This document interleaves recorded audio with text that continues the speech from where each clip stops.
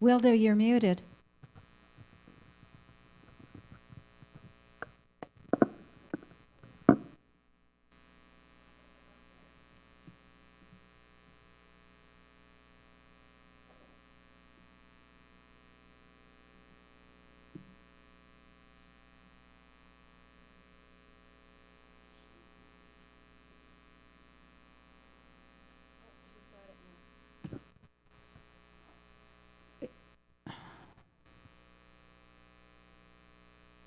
You're good. You keep going on and off.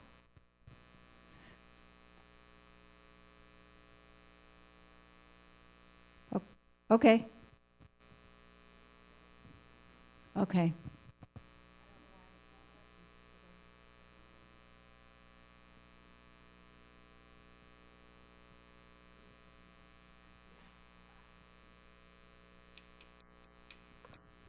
All right, can you hear me Okay. now? Yes. Okay, good. Okay, sorry about that, everyone. So, welcome to Unity of London, where we welcome first timers, returning guests, longtime members, and all of our friends on Zoom. So, the Unity Power for November is release, often referred to as elimination, which is the ability to let go. The corresponding color is amber, and the location is in the abdominal region.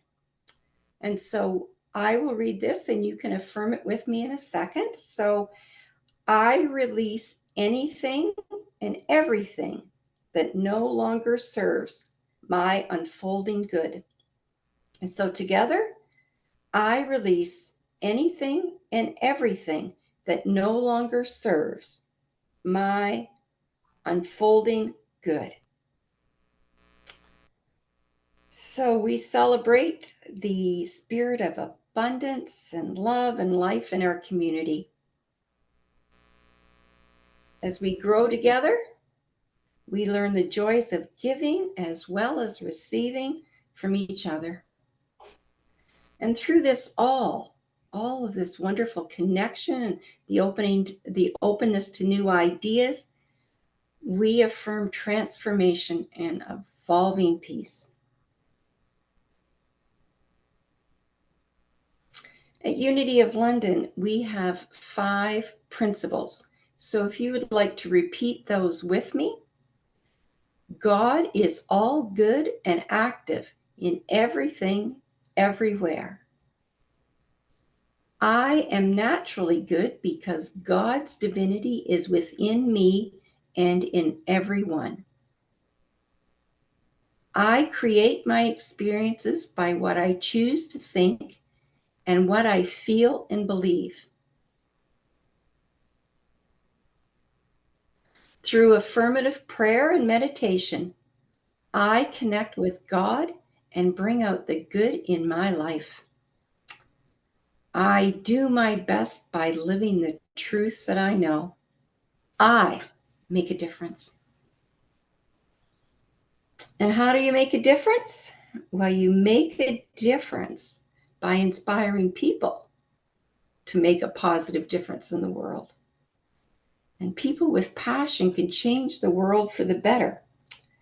And when we practice being the change, sharing a smile or a kind word, paying attention to someone who looks lonely or sad, volunteering our time to help out, we are inspiring people to make a positive change in the world. So be that change.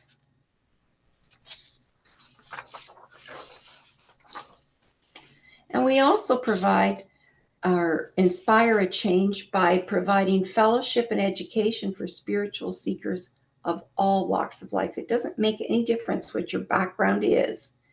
You are welcome at Unity of London to share in the fellowship and the education.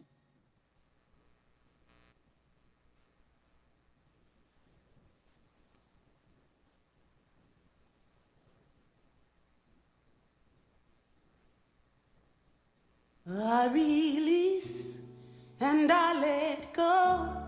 I let the Spirit run my life and my heart.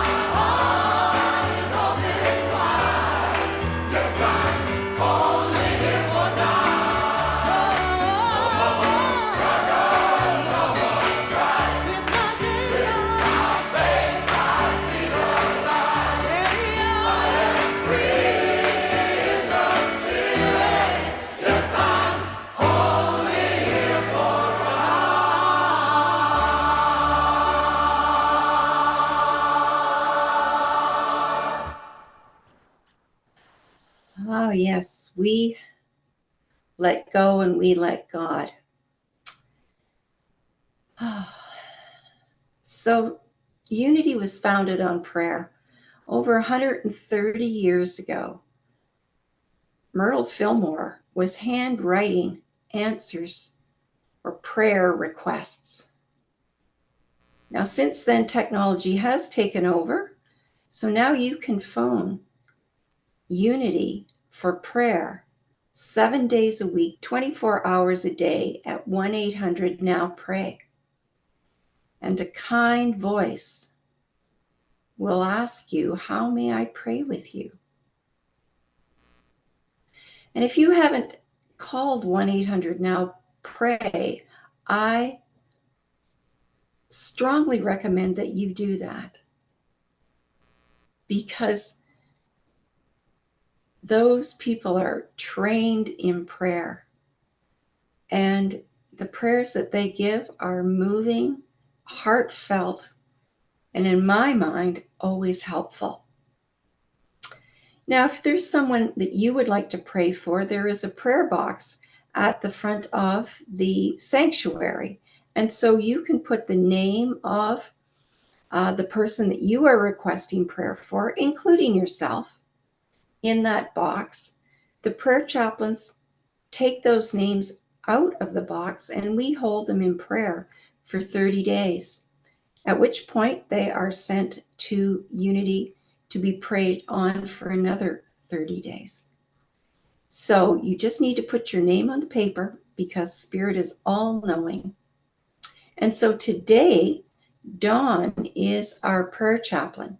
And so she will be around the fellowship room to go either into the prayer room or into the front office room to pray with you. So please take advantage of that. Just tap her on the shoulder and let her know that you would like prayer. For those of you online, I will be absolutely thrilled to pray with you after the service. So if you would like prayer, just put your name in the chat and Lorraine will put together a confidential room for us to pray together online.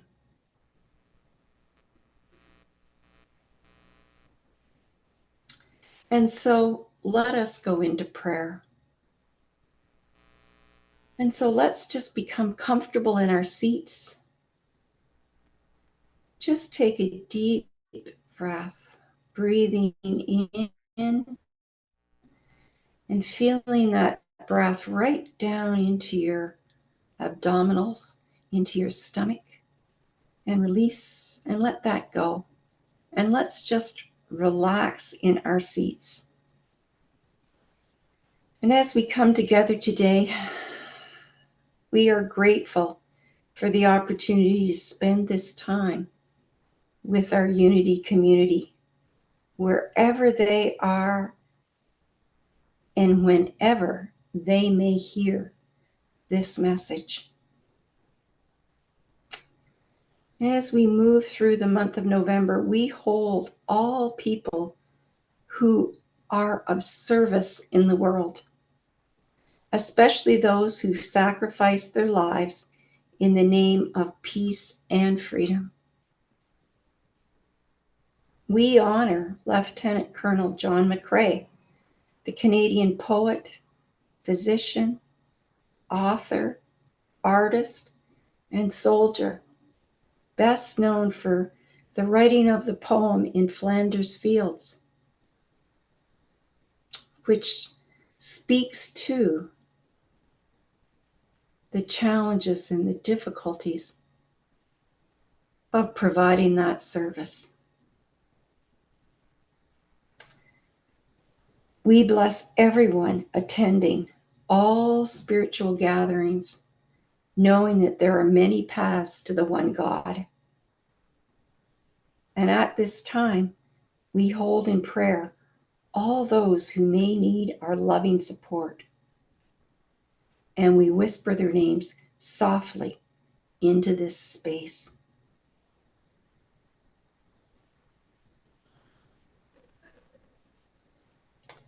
We also hold in prayer Unity Edmonton and Unity Urban Ministerial School.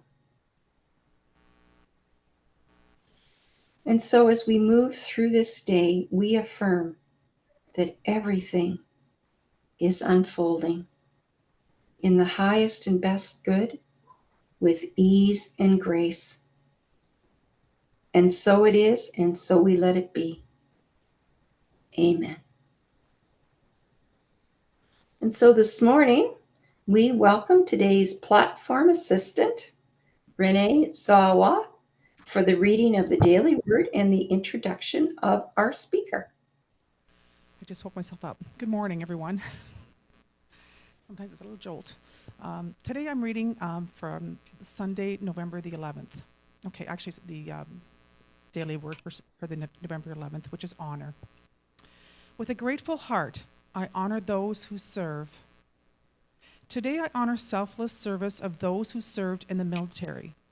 This is the kind of service that puts others' needs above one's own, that protects and sacrifices because of a commitment to duty.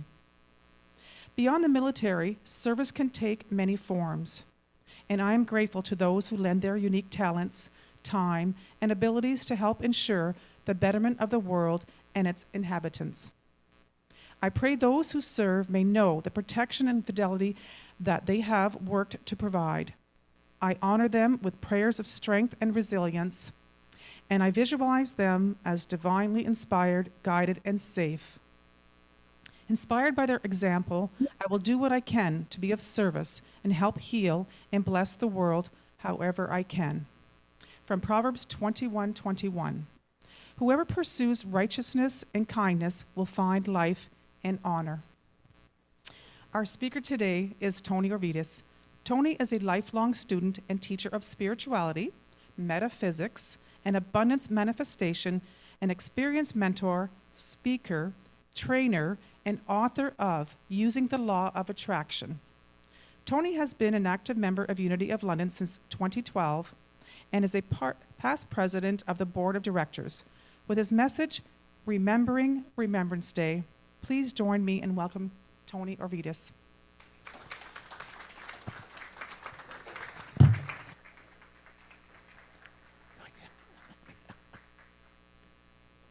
Thank you, Renee, and good morning, Unity of London. I haven't been here for a while in that I tend to work most weekends during the spring and summer, so it's a pleasure being back. I should also tell you I've got a wicked cold today, so if my voice is a little off, please forgive me.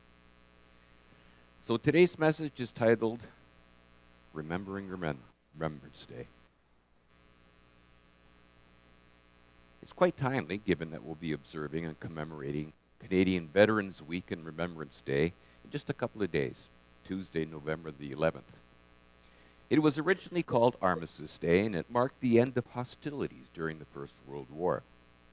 And nowadays, it provides us with an opportunity to remember all those who have served our nation, as well as everyone affected by war and conflict, including non-military personnel and civilians. It's a day to honor the fallen, to remember the horrors of war, and to embrace peace. It's an opportunity for us to express our gratitude to those who fought and lost their lives, and to recognize the extraordinary efforts and sacrifices of our veterans and those who continue to serve in times of war, conflict, and yes, during periods of peace. Remembrance Day also commemorates the suffering, hardships, challenges, and pain experienced by all spouses, children, friends, and colleagues left behind, as well as what is sometimes called collateral damage. What a term. It's a day to reflect on the profound impact of war on individuals and societies, and to strive for a world of peace, a world of reconciliation. You may remember John Lennon of the Beatles. John shared with us a great message about peace in his song, Imagine. Imagine there's no countries, it's not hard to do, nothing to kill or die for, and no religion too. Imagine all the people living life in peace, Oh, you may say I'm a dreamer, but I'm not the only one. I hope someday you'll join us and the world will be as one. You may also recall his anthem, Give Peace a Chance, as well as the happy Christmas song, War is Over. The metaphysical meaning of peace is harmony and tranquility derived from awareness of Christ consciousness. Peace is based on the divine law of love. It is formally defined as freedom from public disturbance or war, harmony in personal relations, and a state or period of calm and goodwill between nations. Talking about the subject of peace at this time in human history would seem quite appropriate, given ongoing terrorist insurgencies, armed conflicts, civil and international wars. Major ongoing wars and conflicts include the Russia-Ukraine war that seems to have been going on forever, the Israeli-Palestinian and broader Middle Eastern conflicts, the Yemeni and Syrian civil wars, conflicts in countries like Sudan, Haiti, Afghanistan. Kind of boggles the mind, doesn't it? I'm sure that Donald will resolve all of these issues and eventually receive the Nobel Peace Prize that he so much deserves, right? Not. Anyway, I digress. Thich Nhat Hanh was a renowned Vietnamese Zen Buddhist monk, a global spiritual leader, poet, peace activist, and author who was widely recognized for his teachings on peace and nonviolence. His philosophy and writings have had a significant impact on the global mindfulness and peace movements. Dr. Martin Luther King Jr. called him an apostle of peace and nonviolence. Here are some key aspects of his teachings. Thich Nhat Hanh emphasized the practice of mindfulness as a means to cultivate inner and outer peace and promoted walking meditation, the practice of walking mindfully, taking each step with awareness and peace. His teachings highlight the concept of interbeing, which emphasizes interconnectedness of all things, something we ascribe to here in Unity, don't we? He taught that recognizing our interconnectedness promotes compassion and understanding of everyone, including those who may be perceived as our enemies. He viewed compassion as an antidote to violence and hatred and essential for peace. He emphasized diplomacy, active listening, understanding, and effective communication as a way to resolve conflicts peacefully. He told us real peace is not in power, money, or weapons, but in deep inner peace. But does peacemaking mean passivity? No. It is the act of interrupting injustice without mirroring injustice, the act of disarming evil without destroying the evildoer, the act of finding a third way that is neither fight nor flight, but the careful, arduous pursuit of reconciliation and justice.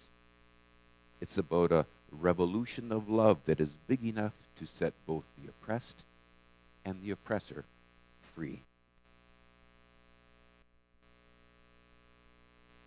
The word shalom is synonymous with the word peace, but it means more than just an absence of war or conflict.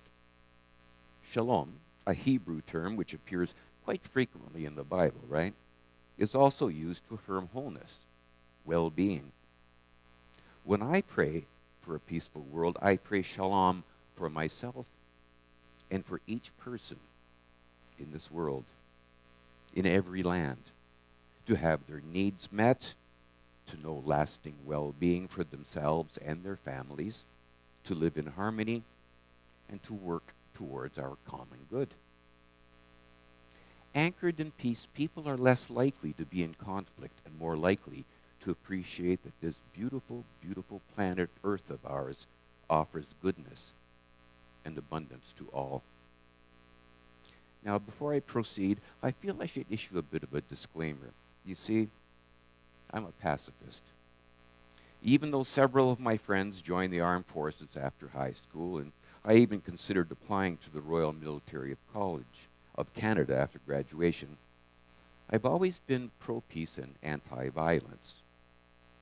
I recall some acquaintances and relatives of mine calling me a peacenik and a tree hugger. And I usually had a peace symbol in or on my car. Now, that peace symbol was originally the logo for a British campaign for nuclear disarmament, a group at the forefront of the peace movement in the UK and adopted by anti-war and counterculture activists in the States and elsewhere, particularly during the Vietnam War era. It was but one of several peace symbols used over the years, in many ways in various cultures and contexts. Let's talk about a couple more. The dove and olive branch were used symbolically by early Christians and then eventually became a secular peace symbol. The dove is a universal symbol of peace, love, and innocence. In Christianity, it's associated with the Holy Spirit. The use of the olive branch as a symbol of peace in Western civilization dates back to 5th century BC, Greece. The Greeks believed that it represented plenty and that it drove away evil spirits. And it was one of the attributes of the Greek goddess of peace called Pax by the Romans. The V hand signal has also become an international peace symbol. It has originally been used to represent victory during the Second World War. During the 60s in the States, activists against the Vietnam War and in subsequent anti-war protests adopted the gesture as a sign of peace. Now, you might be interested to know that Mother Teresa was once asked why she didn't participate in those anti-war demonstrations. She said she would never do that, but as soon as there was a pro-peace rally, she'd be there. She further noted that you alone cannot change the world, but you can cast a stone across the waters to create many ripples of peace. Let's take a brief look now at what various spiritual leaders have had to say about peace and nonviolence. Let's start with our way shower, Jesus of Nazareth.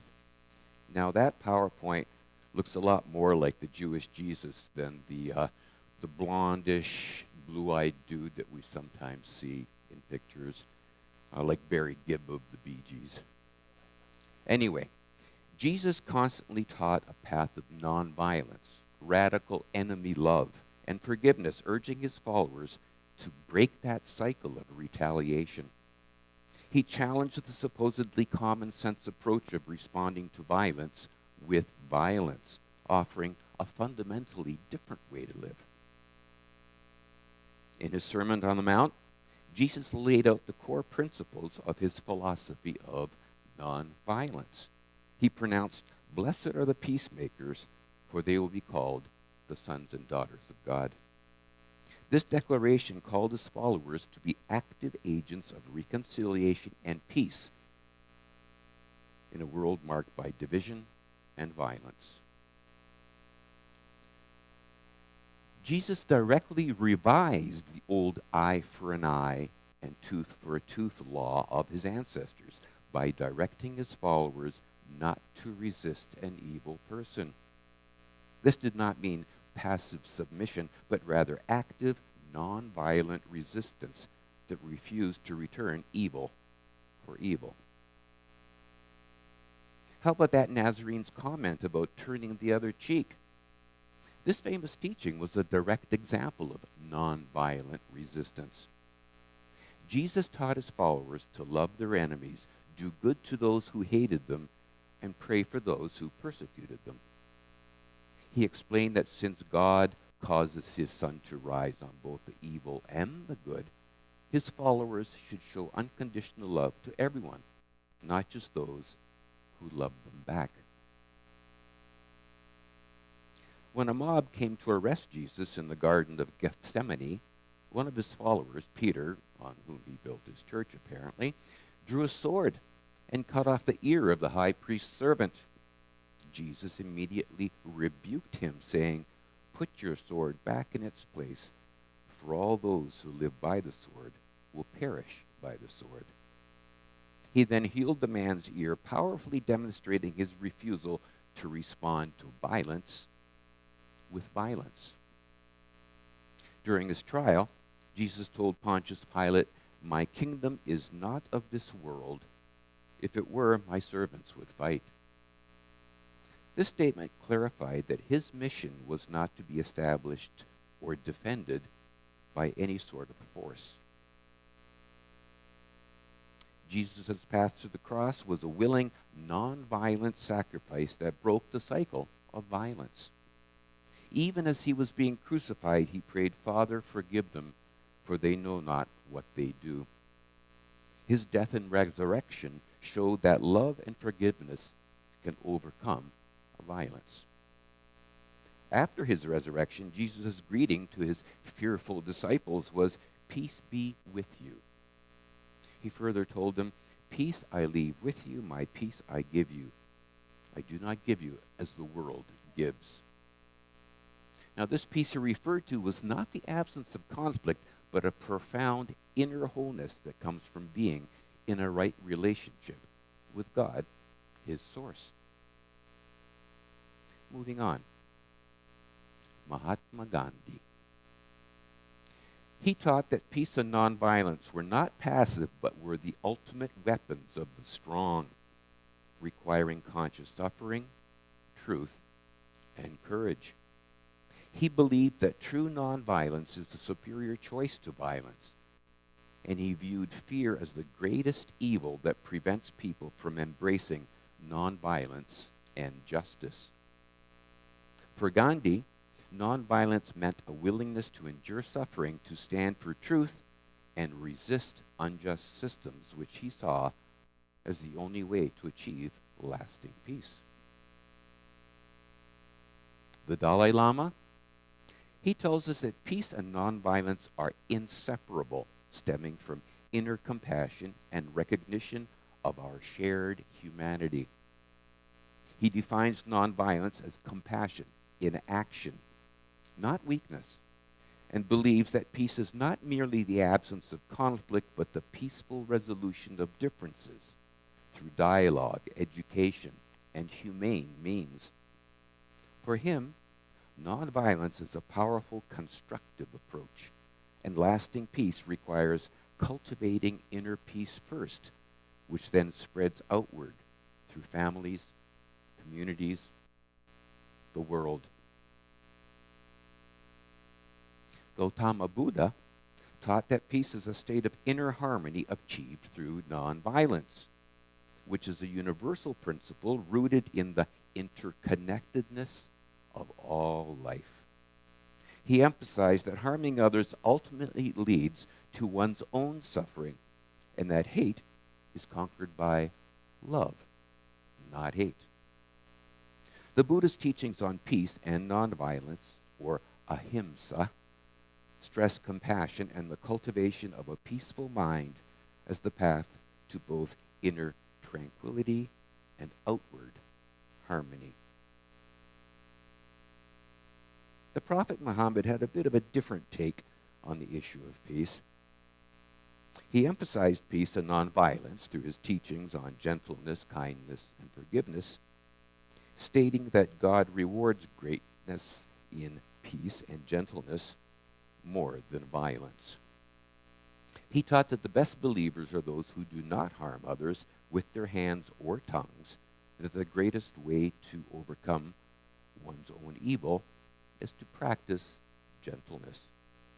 While conflict could be a last resort for self-defense, he stressed that peace is always preferable, and reconciliation should be sought whenever possible. Charles Fillmore, co-founder of the Unity Movement, taught that true peace and nonviolence must first be achieved internally through spiritual practice and a change in consciousness. The inner transformation being essential for creating outward peace, both personally and on a global scale. he wrote, "It is the law of spirit that we must be that which we would draw to us." That's the law of attraction. If we would draw to us love, we must be love, be loving and kind. If we would have peace and harmony in our environment, we must establish it within ourselves. Now, Fillmore defined a peacemaker as someone who first achieves a state of calm within their own mind, overcoming thoughts of anger, thoughts of strife. A person who is at peace with the source and with themselves will naturally express peace outwardly in their words and their actions. For Fillmore, non-resistance was not passivity, but a deliberate internal choice of self-control. He argued that refusing to hit back or react impulsively to an aggressor strengthens one's inner power. By ignoring a momentary impulse from an aggressor, you allow that negative energy to dissipate rather than creating a larger conflict. Fillmore's teachings on peace and nonviolence are rooted in several of Unity's core principles, which we addressed earlier. Let's take a bit of a look, okay? The creative power of thought. Thoughts are creative and shape our reality. Therefore, holding peaceful thoughts is the first step towards creating a peaceful reality, both personally and collectively. The divinity within. The divine essence in all people means that all are children of Source. This belief counters the idea of superiority that leads to conflict and promotes treating all with equal respect. Putting truth into practice. Intellectually understanding peace is not enough. One must live it. The principles of nonviolence and inner peace must be applied daily to bring about transformation. We as members of Unity recognize that we are all one in Source, the divine image, the Christ Spirit, which lives in every human heart. The divine presence in us greets the divine presence in all others. We find ways to cooperate with those from all faiths, nations, cultures.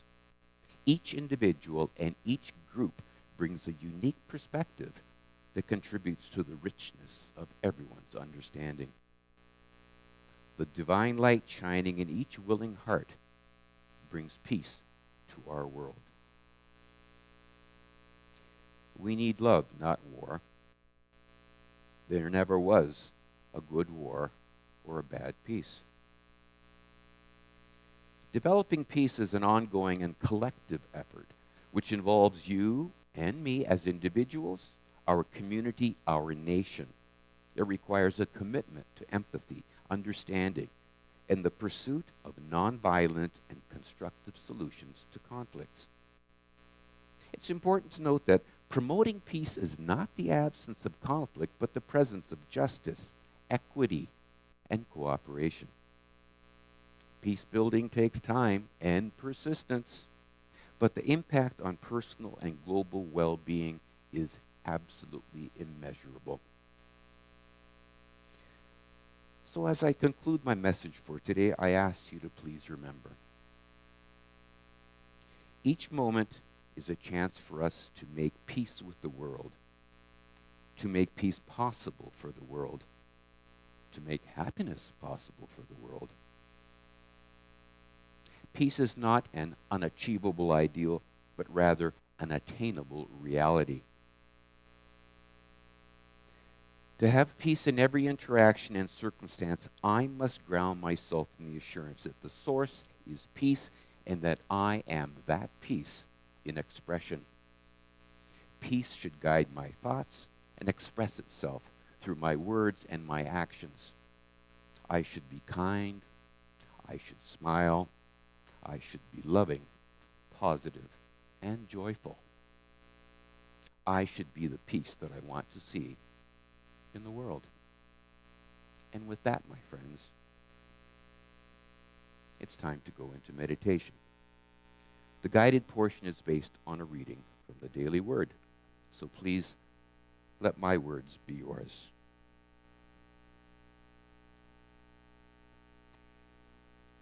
I sit comfortably and settle in. I close my eyes. I focus on my breath.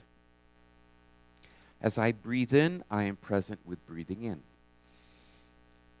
As I breathe out, I am present with breathing out. I acknowledge any distracting thoughts and emotions as they arise. I let them go and return to connecting with my breath. Although they have passed from earthly life, the men and women who gave their lives in service humble me and fill me with thoughts of honor and gratitude. I take time in prayer to bless and remember them.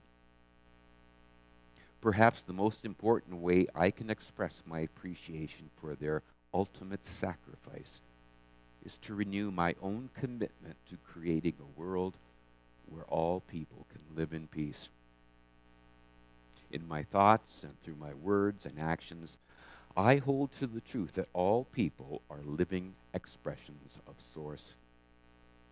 I'm not discouraged if I don't see immediate evidence of my conviction.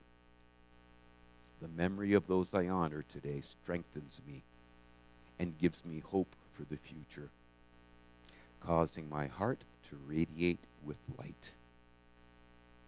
I now relax for a few moments and meditate on that reliance, on that radiance.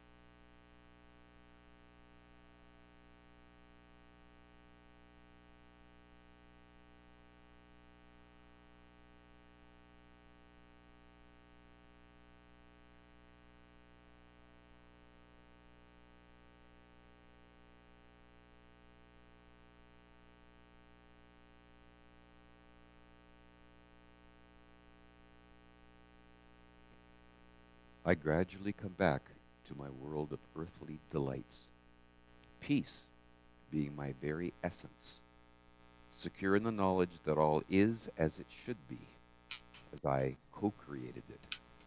And so it is. Amen.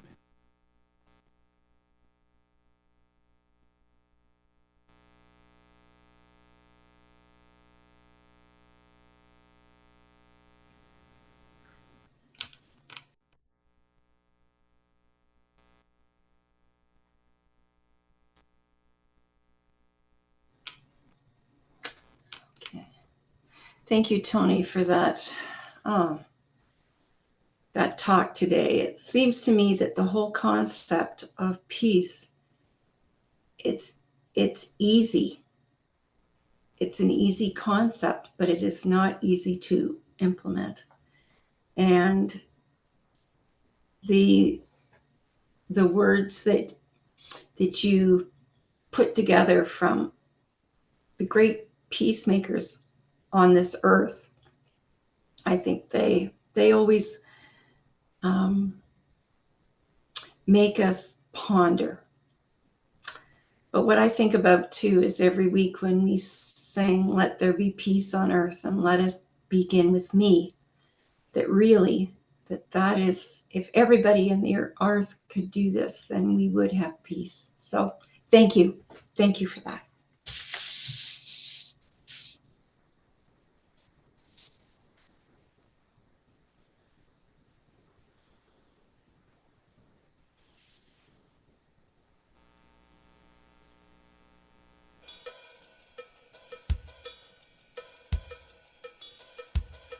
There will come a day, and it won't be long. I will stand right up. I will be so strong. I'll be filled with the light. I'll be open wide. Every cell in me will be unified. I will raise my hands. I will lift my eyes. I will shout to the world, I am alive. I will dwell in the now. I will flow like the wind. I'll be solid on the earth, like I never have been. I will build a life of beauty, fill it up with love, manifest all I desire, whatever I dream of. I'll have all that I need to be, the everything I am. The love of God will flow through me, pouring through my hands when the balance is true. When the balance is true. There will come a day, and it won't be long. I will stand right up. I will stand right up. I will be so strong. I will be so strong. I'll be filled with the light. I'll be filled with the light. I'll be open wide. I'll be open wide. Every cell in me will be unified.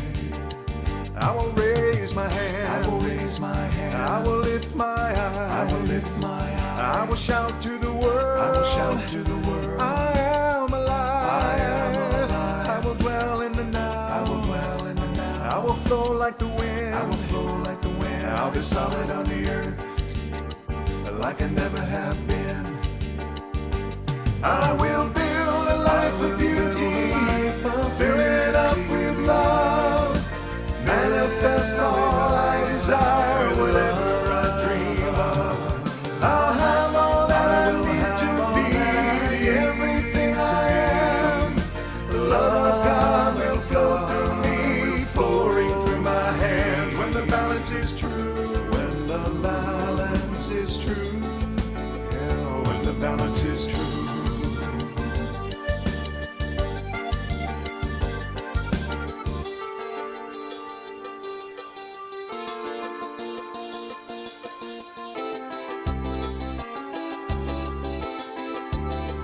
There will come a day, you know it won't be long, that I will stand right up. I'll be so strong. I'll be filled with the lights. I'll be open wide. Every cell in me will be unified.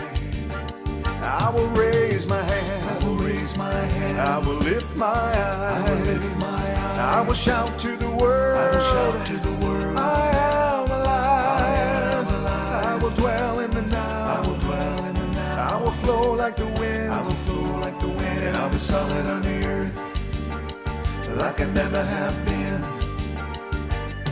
I will build a life of beauty, fill it up with love, manifest all I desire, whatever I dream of. I'll have all that I need to be, everything I am.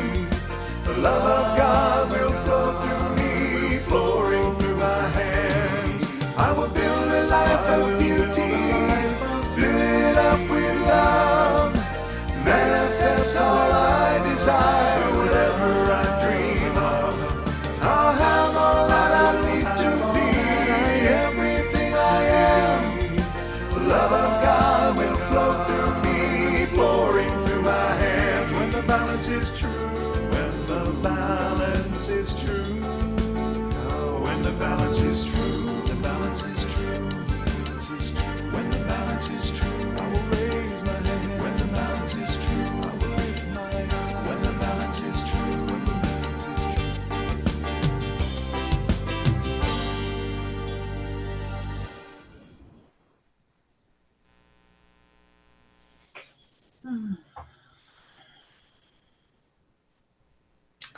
So it is your sharing of talents, times, and treasures with us at Unity of London that keeps us thriving as a community of spiritually uplifted individuals united in love and fellowship. So your offerings, of course, can be made by check, cash check, MasterCard, Visa debit, using the Tithely site or by e-transfer to Unity of London. And so as our volunteers go throughout the sanctuary collecting your donations and tithes, if you have given previously, just put your hand above the blue bag and just bless those offerings, knowing that they are going to the highest and best way that they can.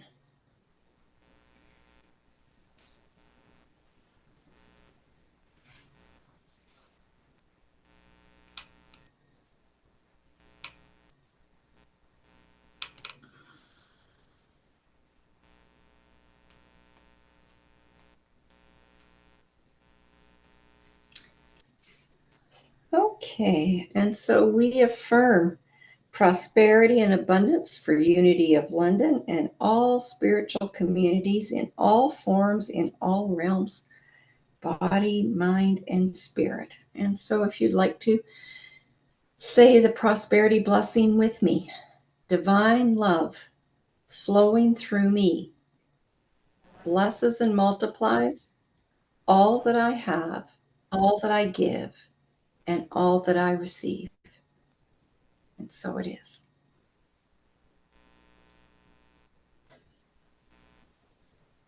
Okay, so we have a few announcements for today.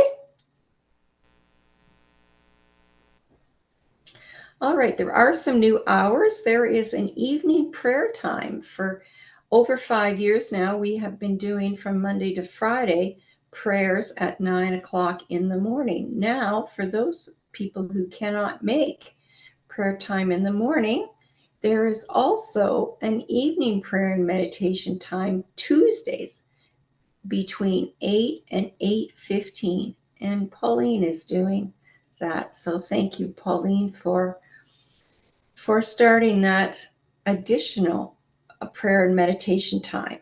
And Pauline also, as our spiritual leader, has office hours now from Fridays 1 to 3. So she is at Unity on Fridays. So if there's anything you'd like to speak with her about, then this is the time to come.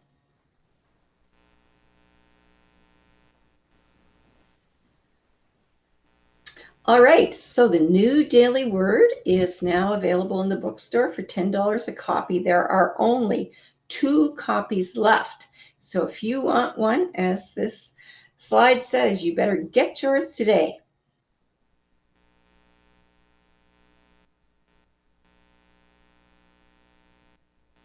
And after the service, we're going to have the Volunteer Appreciation Day. So please stay for that. And you are invited to Unity for recognition, certificates, and light refreshments. So congratulations to everyone who volunteers. And I know that that includes the vast majority of us.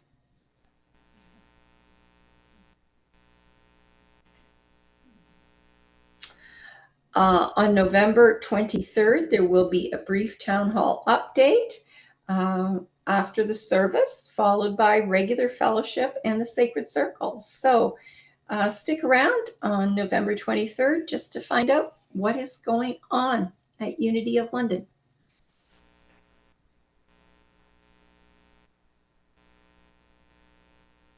Wednesday music nights, November the 12th. This Wednesday, Jim Chapman presents the young ones, who include John Kenny, Sandy McKay, Rob Weatherspoon, and there's also Pete Denham and Daz, Deb Zuskin. So you can get your advance tickets from jimchapman at rogers.com or $10 at the door. Just a great time.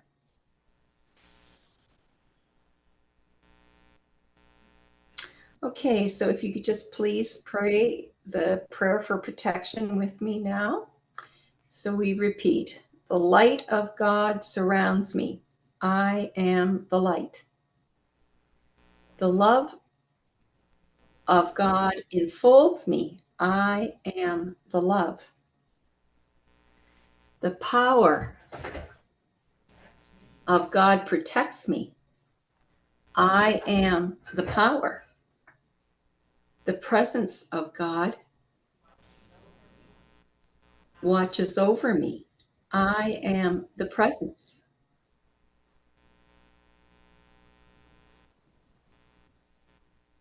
Wherever I am, God is, and all is well.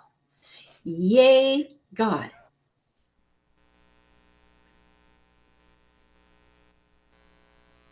And so now, if you'd like to stand and join hands in a circle and sing the peace song.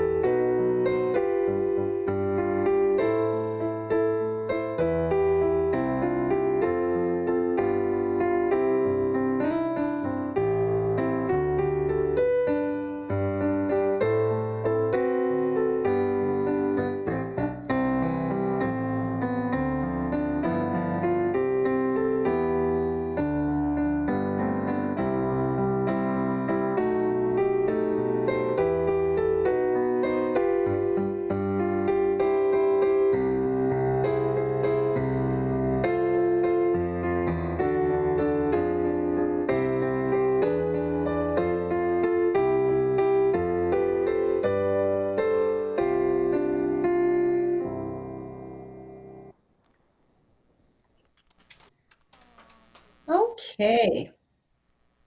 So before fellowship, what we'd like to do is call up Pauline.